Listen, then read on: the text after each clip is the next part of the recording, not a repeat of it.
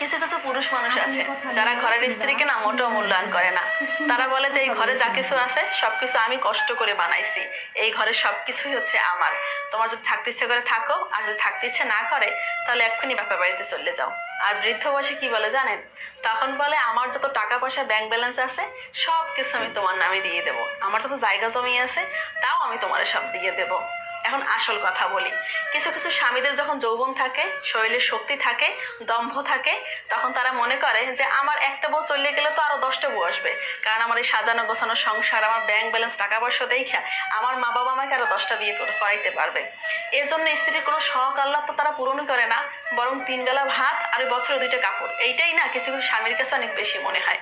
এইগুলো তাদের দিতে না বুকটা ফাইটে যায়।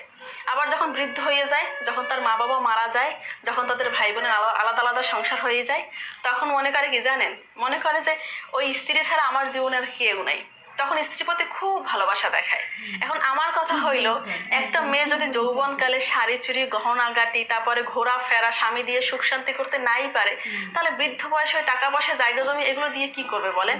হ্যাঁ, কিছু কিছু মেয়েরা আছে যে স্বামী টাকা পয়সা নিয়ে তারপর অন্য পুরুষের সাথে চলে যায়, কিন্তু তাই বলে তো সব মেয়েরা যায় না। যে মেয়েরা থাকার তারা এমনিতেই থাকবে। আর যে পুরুষ স্ত্রীকে ভালোবাসার, সে যৌবনকালে না, বৃদ্ধকালেও না, যৌবনকালেও ভালোবাসবে, সবসময় ভালোবাসার চেষ্টা করবে। আর যারা ভালোবাসে না তারা ওই যৌবনকালে কেন, বৃদ্ধকালে যাইও ভালোবাসবে না। তাই ওই আশায় আমাদের মতন অনেক মেয়েদের জীবন নষ্ট হয়ে যায়। জানেন, কিছু কিছু পুরুষ